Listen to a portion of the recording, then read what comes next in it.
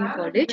He worked for Ericsson in their automation team from 2012 till 2015. He has also experienced in the companies of Cognizant and IBM for 2015 till 2015, and he joined Canara Bank in the year 2015. So he works for the retail, corporate, and MSME advances. Presently, he is heading SME branch at Kumbalagoudu, Bengaluru. The branch has the book size of rupees 220 crores with the 160 crores under advances, and they also mainly work for the MSME sector, startup funding, startup India funding, which will be done from their branch. And the branch has ranked number one pan India across all branches by the bank. And he sir takes various sessions on entrepreneurship for the various colleges, and as of now he has conducted the sessions for the lot of companies in the financial management, companies like Toyota, Bosch, Coca-Cola, and many more. Sir, we welcome you from REVA University and School of Computer Science and UIIC for the today's session on government schemes for entrepreneurship. Sir, welcome you, sir. Thank you so much, madam.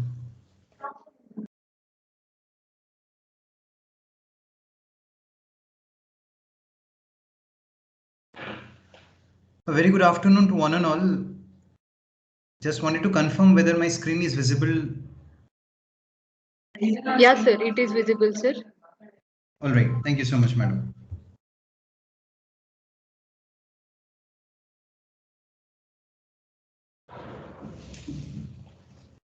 So first of all, I would like to thank REVA University team for giving me this golden opportunity to present the government schemes for entrepreneurship and discuss about various government grants, subsidies, schemes for the young budding entrepreneurs. There are a lot of schemes which our government has, and our government is promoting Make in India, products produced in India, and predominantly the main concentration has been to produce more and more entrepreneurs so that they can be the job creator. Thank you, Dr. Netravati, for extending her warm welcome and the other faculty members of REVA University. Welcome, sir. Thank you, madam. So, as madam has already given my brief profile, I head a branch of Canara Bank, an SME branch in Kumbalagoudu, which basically deals with the industrialist, mainly startups and young entrepreneurs. Previously, I had an work experience in Ericsson as well as Cognizant. I also have a small experience in IBM. You can follow me in my Twitter handle as well as Instagram, and I'm also available on my Gmail ID for any kind of clarifications. So as madam said, I have been conducting a lot of webinars, and especially on the entrepreneurship angle.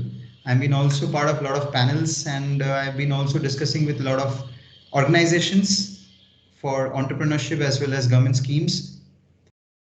The agenda for today is a small brief introduction, which I already did, and then we'll move on to entrepreneurship. So I decided to have a ice-breaking session for some time about entrepreneurship amongst the students. And then I would like to discuss about various government schemes for startups, various government schemes for established units, and I would like to also highlight about certain central and state government subsidies available. And then we'll move on to the Q&A session, wherein students as well as faculties can ask the questions relevant to the topic. So to start with entrepreneurship. So entrepreneurship is derived from a French word, and it means something new. Entrepreneurs need not need any definition. As you can see in the screen, Mr. Steve Jobs, who said, I'm convinced that about half of the separate successful entrepreneurs from the other unsuccessful one is pure perseverance. So attitude, creativity, innovator, relationship, and organizations are the keys behind entrepreneurship. An entrepreneur is an individual who creates a new business, bearing most of the risk and enjoying most of the rewards. There are four major keys for an entrepreneur. Motivation beyond the monetary incentive. he's the one who doesn't follow the monetary incentive. I've seen a lot of people who enjoys a very handsome salary. In spite of that, they have left that and started his own organization.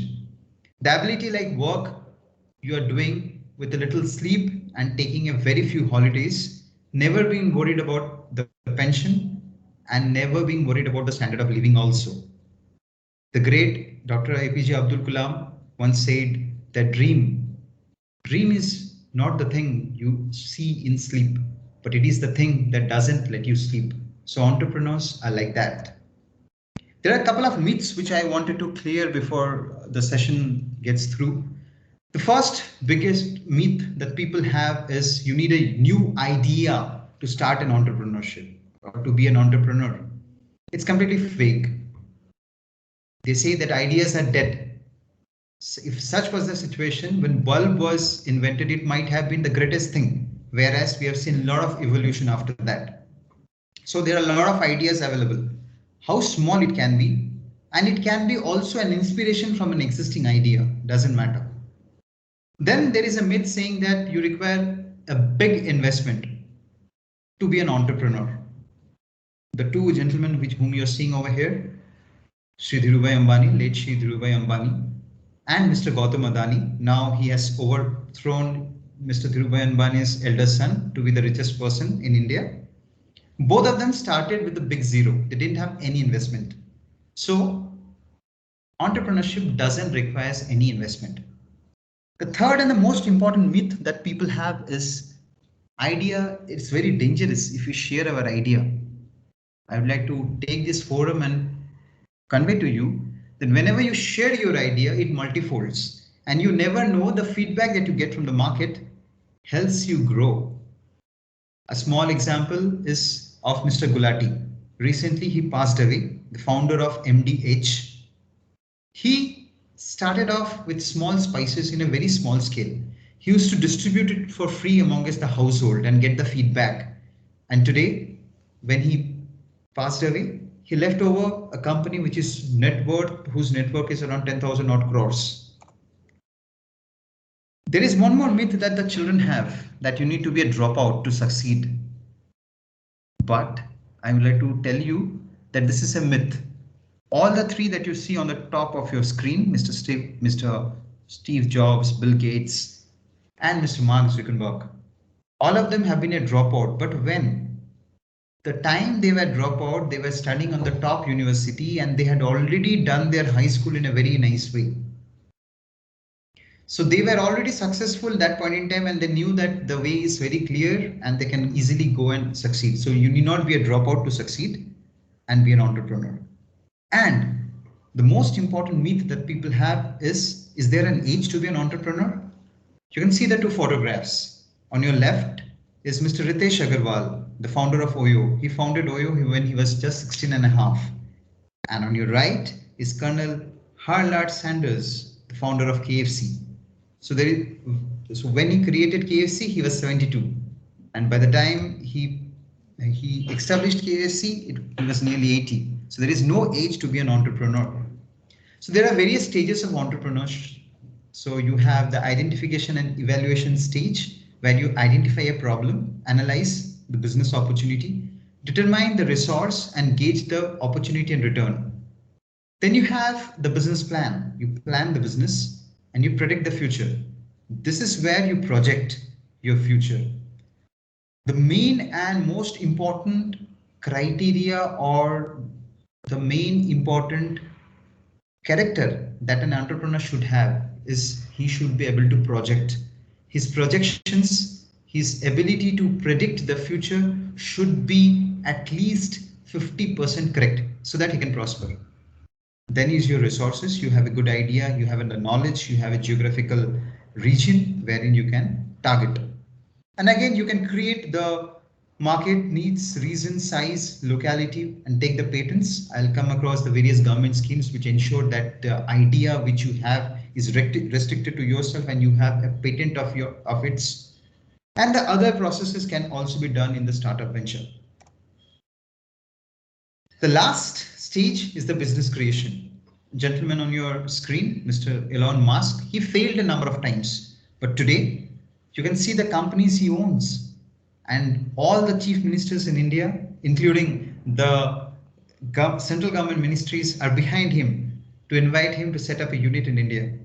But this gentleman was born in a very poor family, and then he migrated to Canada, later to US, and struggled a lot before forming the companies and struggling and being a successful entrepreneur. So as I sum up the contribution of entrepreneurs, you have better products, better employability. The entrepreneurs always provide that. You develop the community by giving them job, livelihood. You contribute to the nation's economy by contributing to the national income. You have the integrity and the personal growth of every individual has been ensured by the entrepreneurs. So these are the 10 qualities which I presume that entrepreneurs should have. That he should have a good communication skill. He or she should be a very good negotiator. They should be a very good team person. They should be a risk taker. People managing skills, the RQ, trust, hopes, passion should be there with them. They should be highly energetic. They should have the networking ability. They should be very good in economics. They should predict the future. They should be able to sustain and analyze about the financial aspects. They should uplift people, not only on their team but also in the society, and they should be a real person. They shouldn't be forging around. So as we define entrepreneur, they should be having effective communication skills. They should be a negotiator, a team person, risk-taking person. Emotional quotient should be present in that gentleman or the lady. They should be people's person, energetic. They should have a good networking.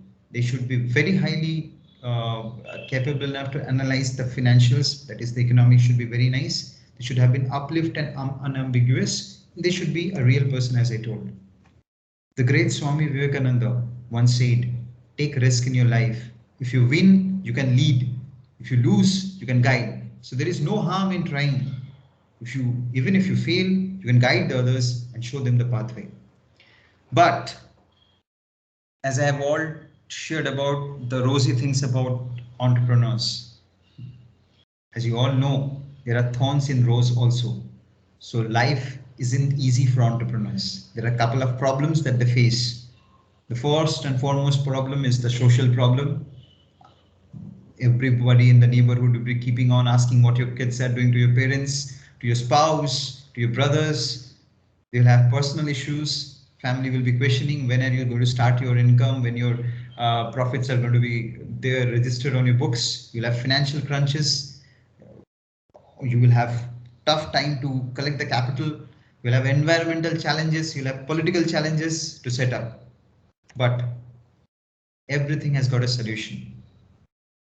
So I'll now start off directly in my topic about the government schemes. But before I get into that, there are a lot of incubation cell. I'm sure REVA University also has an incubation cell wherein they have tie-ups with various organizations. There is a higher education financial agency, which is a joint collaboration between Canara Bank and Ministry of HRD, wherein we fund the startups. Mainly nowadays we used to concentrate on IIMs and IITs, but now we have started to move out of that also. Government also, the state as well as central government encourages people for the incubations. There are angel investors and venture capitals who are there to listen to you and who are there to invest on your project and ensure that your project doesn't face any capital issues. And then finally, you have the bank or the financial institutions who help you out in your financial needs. So there are many government schemes for entrepreneurs. I would like to highlight it. The government of India, as well as both central as well as state, have been very kind enough for pushing into entrepreneurship, for pushing entrepreneurs. The Make in India scheme, Startup India scheme, they have many lot of programs to boost them. So I'm going to discuss with you 10 important schemes which government has. The first and the foremost important scheme is the Mudra scheme. Government have set up an agency called Mudra, wherein loans up to 10 lakhs are being given to the entrepreneurs, not only to the startups, but also to the existing units also. This particular credit facility is given at a very less rate and no collateral. You need not pledge your property or your fixed deposit or any other asset for getting these loans. There are three categories wherein you can get a loan. Loans up to 50,000 is known as Shishu. Loans up to 5 lakh is known as Kishore, from 50,000 1 rupee till 5 lakh. And loans up from 5 lakh 1 rupee to 10 lakh is known as, is given under the criteria of Tarun. Here, the maximum tenure of repayment is 7 years and rate of interest is also very attractive. The next government scheme which I would like to discuss is Stand Up India. So this is basically for the women entrepreneurs or SC/ST category entrepreneurs. 51% stake should be either held by an SC/ST or a woman entrepreneur in case of the partnership firm, or in case of the LLP or private limited entity. 51% stake should be held by a woman entrepreneur or an SC/ST category person to avail this facility. In this facility, loans up till 1 crore, from 10 lakhs till 1 crore is available without any collateral security. By collateral security, again I mean that you need not pledge your property, neither you need to pledge any one of your assets onto there. You can simply enjoy the loans.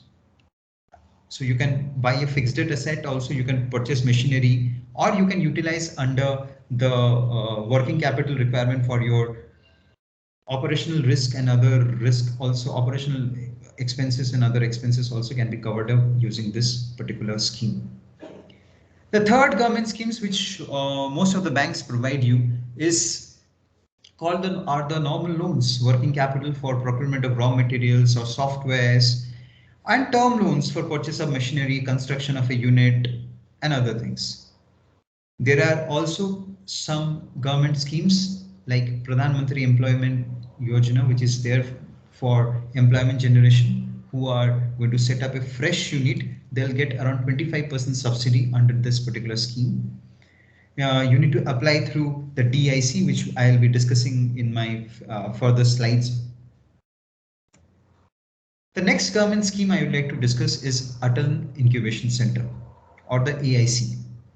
Atal Incubation Center established would be sector specific in its areas such as manufacturing, transport, energy, health, education, agriculture, water, sanitization, Internet of Things, cyber security, to promote unprecedented technology innovation in these sectors. Funds up to 10 crores within a span of 5 years are being provided by Atal Incubation Center. But for this, you need to have a minimum 10,000 square feet area unit existing. Academic institutions such as higher education institutes, R&D institutes are also eligible for this. Corporate sectors are also eligible who are registered under SEBI for this particular incubation scheme by the government. The next scheme I would like to discuss is e-biz portal.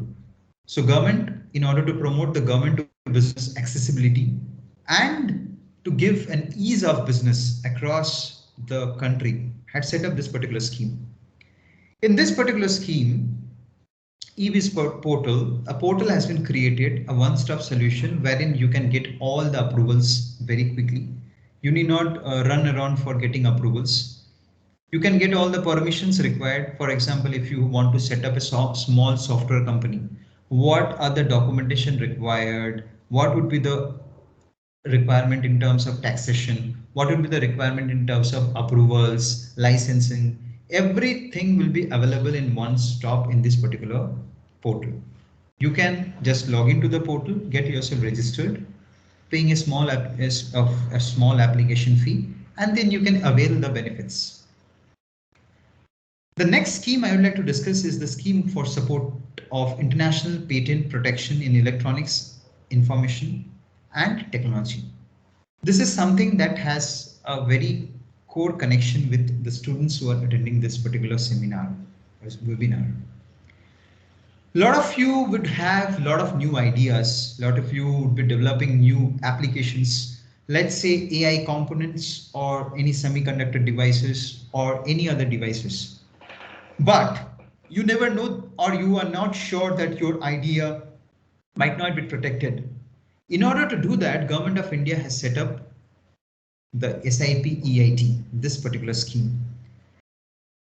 In order to protect your patent, you need to just register your company. So let's say you can form a proprietorship firm or a couple of friends. If you have come down together, formed a team, let's say for a tech fest and invented, or let's say you have formed a team and done a group presentation or a group work, you could just come down together, form a small company, get yourself registered.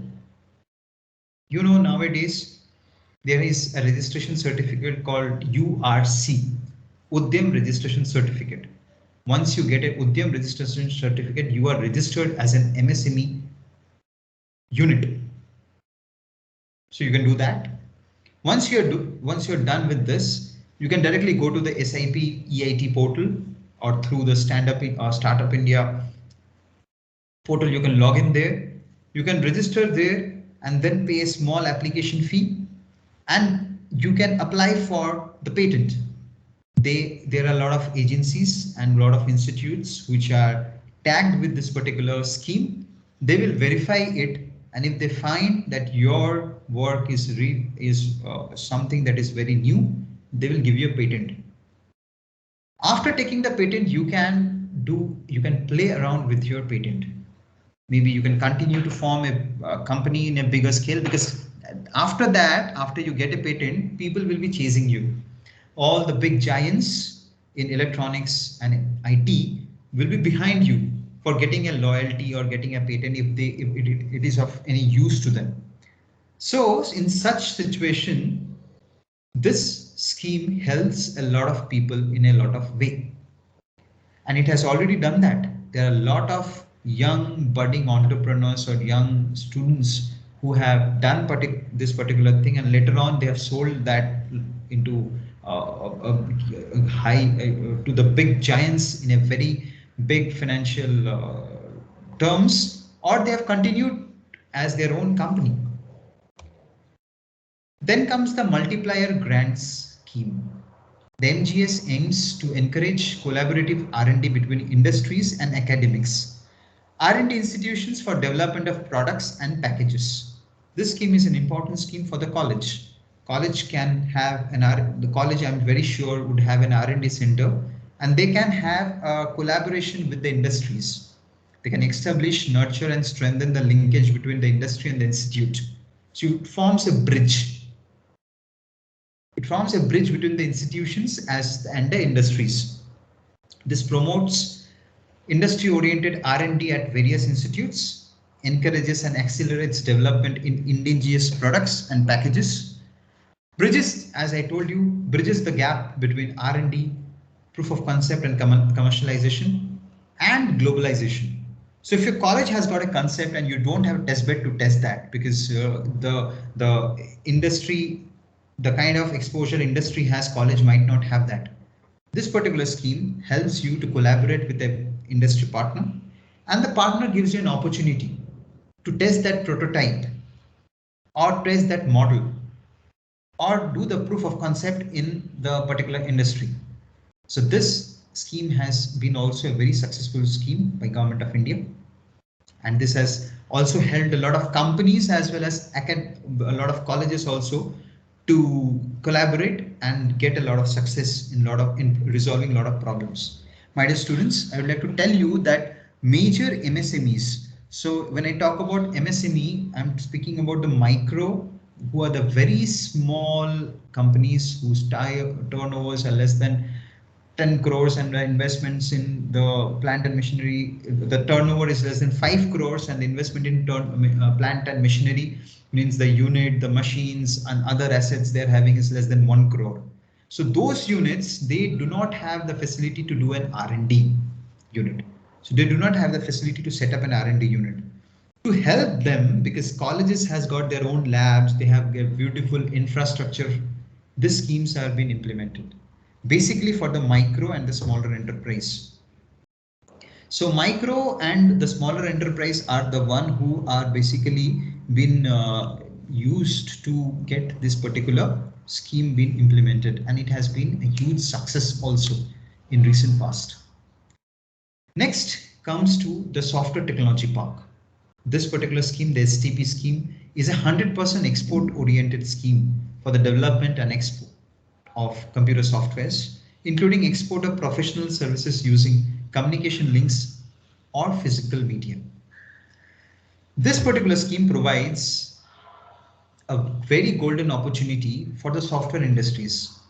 Right from 1970s, late 1970s, the software industry has taken a boom in India. And coming into 80s, 90s and 2000, India has been predominantly ruling the world in the software consultancy. Whereas software development did not take a big hit. So Government of India thought of, why don't we introduce a scheme wherein we concentrate more on the software development rather than the software consultancy. And this scheme was introduced. And this scheme, as at par with the other schemes, have been a huge success.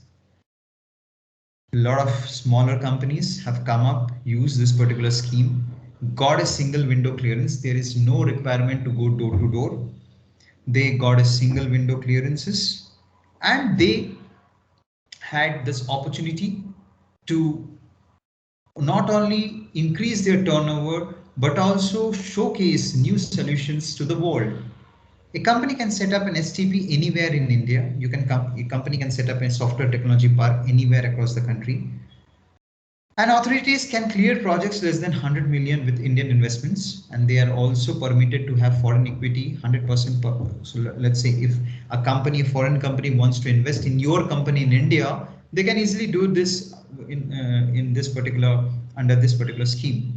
So simplified minimum export performance norms, that is positive net foreign exchange earnings. So all the relaxations have been provided over here. Need not worry about the foreign exchanges, the financials involved in it, income tax and other angle, everything will be taken care. The next scheme is the New Generation Innovation and Entrepreneurship Development Scheme. Under this scheme, the New Generation Innovations and Entrepreneurship Development Centers are being promoted across the educational institution to develop the institutional mechanism to create entrepreneurship culture and SNT academic institution. This I'm very sure it's been done in your university also, IEDCs, which are been established in all the science colleges, engineering colleges and management institutes across India to promote the entrepreneurship. Dear students, I'd like to tell you that if you are starting a startup in India, for the first 10 years, Government of India will give you a lot of relaxation. One of the best relaxations that Government of India has given is that you can choose 3 years in between the first 10 years. You'll be considered as a startup for the first 10 years when you grow. So during this incubation, you would be also given an opportunity to pay tax only thrice. So the corporate tax you are due, or let's say the MSME tax that you're due, you can pay only for the 7 years. For 3 years, you can safeguard that. So Government of India gives this particular opportunity also. Moving ahead in the other government schemes which Government of India provides, the Modified Special Incentive Scheme. This is a capital subsidy scheme for 20% for investment in the special economic zone and 25% capital subsidy has been provided for non-SEZ. Incentives are both for the new unit and as well as for expansion for the existing units.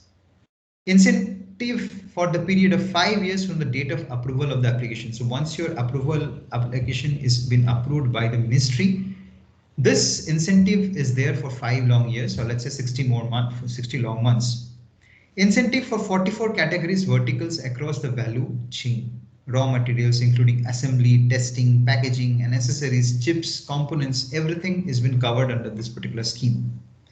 Minimum investment threshold for each product category from ₹1 crore for manufacturing of accessories to 5,000 crore for memory semiconductor water fabrication. Dear students, I would like to highlight here that Government of India is stressing a lot onto the manufacturing of semiconductor. With the recent problems, political problems, there has been a scarcity of semiconductors across the world.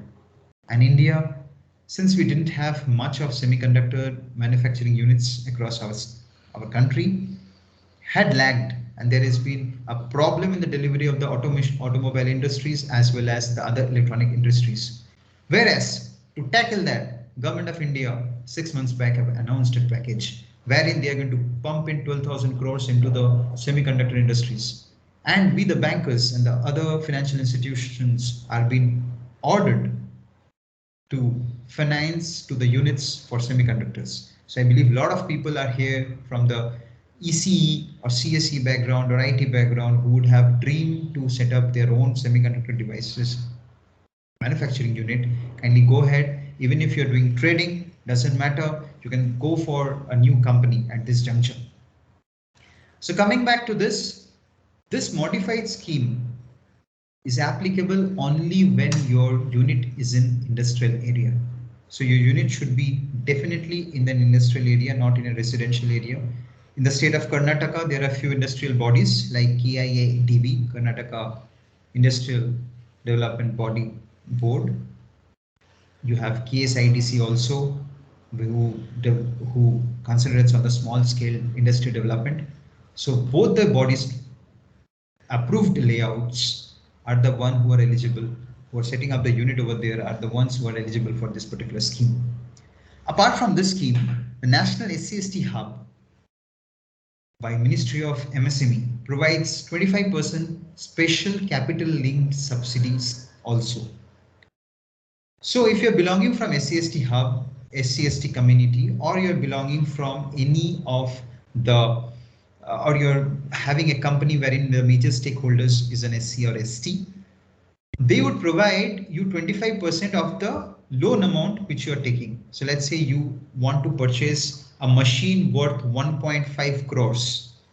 You take a bank loan of 1 crore.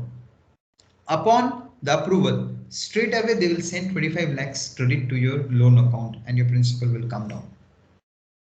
Not only this, if you're using a working capital for your operating expenses and other expenses, they give a 4% incremental advance subsidy also. The state of Karnataka has been very much, the government of the state of Karnataka has been very kind towards the entrepreneurs. There are a lot of schemes that have been introduced by the state government, wherein the district information center and the district industrial body, the DIC, provides up to 35% subsidy for setting up a unit, land and building, for implementation of or commissioning of machines, for setting up IT firms, for setting up other companies also. There are a lot of schemes available with them. They also provide schemes for free power for the first 3 years, and then they also provide scheme wherein you get a lot of approval waivers, stamp duty waivers, EMD waivers for a lot of schemes. The Ministry of MSME also, as a Startup India campaign, provides free EMD. So you must be aware about the government portal called GEM, the government e-marketplace, wherein all the public sector, government undertaking bodies like BEL, BHEL, GAIL, Coal India, all the nationalized bank like Canara Bank, State Bank, all the government bodies, government departments have to mandatorily procure any item, even a pin they are procuring has to be procured from the GEM portal. In the GEM portal, it has been divided in such a way that 15% has to be provided by from the young entrepreneurs. 5% out of that has to be procured from the women entrepreneurs. So there are a lot of opportunities available for the young budding entrepreneurs. In order to get the registration, you have to pay a EMD if you have to bid for that project. That EMD is also subsidized. Government of India provides subsidy for that particular EMD also. Sometimes 100% subsidy has been given to that particular EMD. Now coming into the next government scheme, the CGTMEC, Credit Guarantee Fund Trust for Micro and Small Enterprise. So this particular trust has been formed by Government of India along with the SIDBI. SIDBI is the Small Industries Development Bank of India, wherein loans up to 2 crores is been provided without any collateral. Again, by collateral, I mean your house or any other property which is going to be hypothecated or pledged. So no loans till 2 crores will be available with that. you can easily go for collateral-free loans till 2 crores. And this is not only for the manufacturing unit, this is also for the traders. Till 100 lakhs, that is till 1 crore, you have the facility to avail the loans without collateral. Then the most important pillar and the most important scheme which I would like to cover at the extreme end is Startup India. Startup India is the umbrella of all the schemes.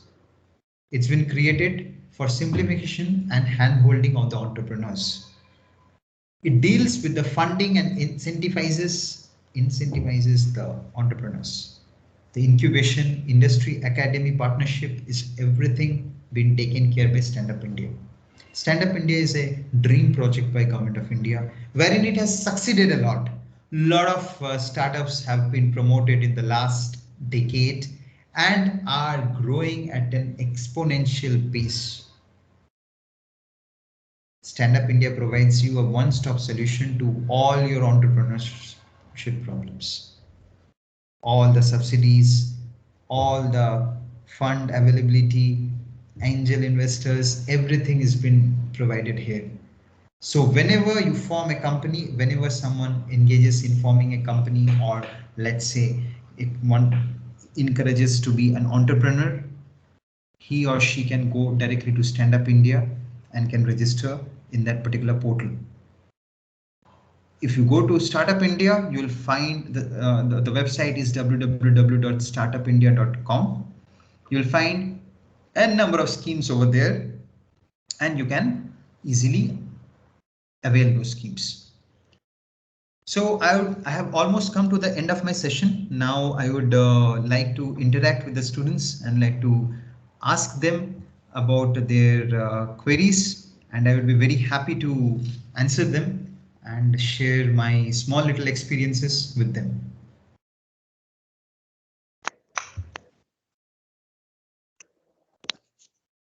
Hello, Vanita ma'am. Yes, ma'am. Ma'am, if students, if they are having any query. Hello. Yeah, students, if you have any query, you can send a message in chat box. Otherwise, raise your hand so that I'll enable your mic. Yes, ma'am. Is it audible, ma'am? Yes, ma'am. It's audible. Yeah. Dear students, do you have any queries?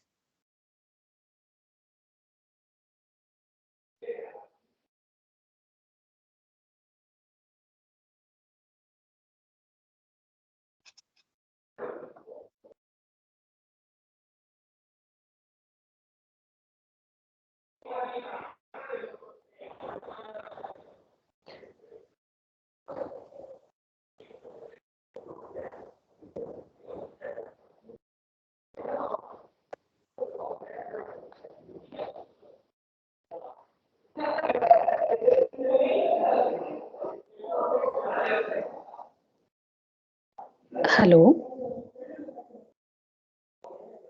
Hello, ma'am. Hello, Vanita ma'am. Yes, ma'am. Maybe students Yeah. have any query. Yeah. Even if they are having queries, they can they can send to me. Then I will pass the same information to the Arnab Sarkar, and I will get the answer for that, ma'am. Okay. Sure, ma'am. We can do like that. Yes, ma'am. We Yes, can ma'am. conclude this session. Yeah. Thank you, ma'am. Thank you. Good afternoon, one and all. I, Dr. N.P. Netravati, Professor, School of Computer Science and Engineering, take this opportunity to propose the vote of thanks. No event will be successful until there is a support from the management.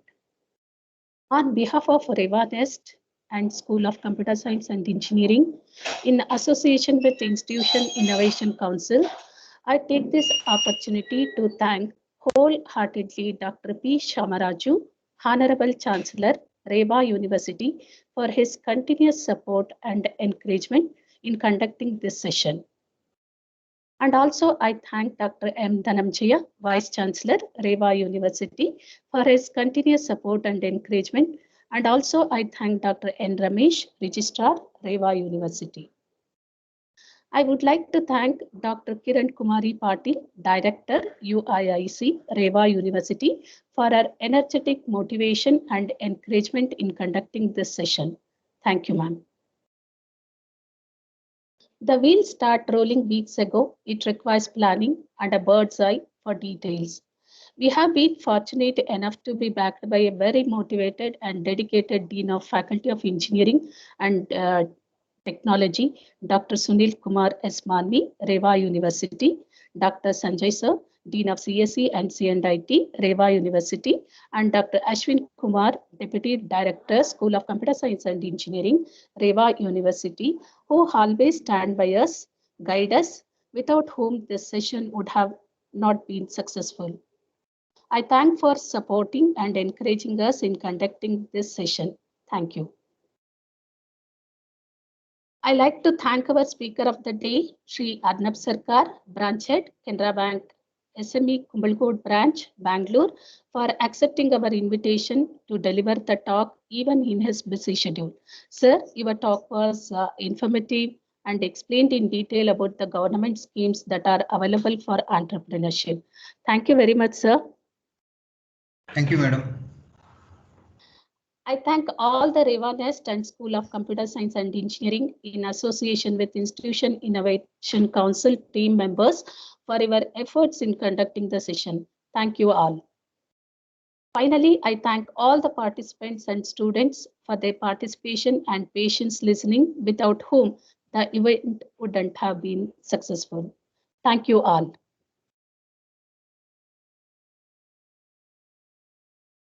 Thank you, ma'am. Thank you.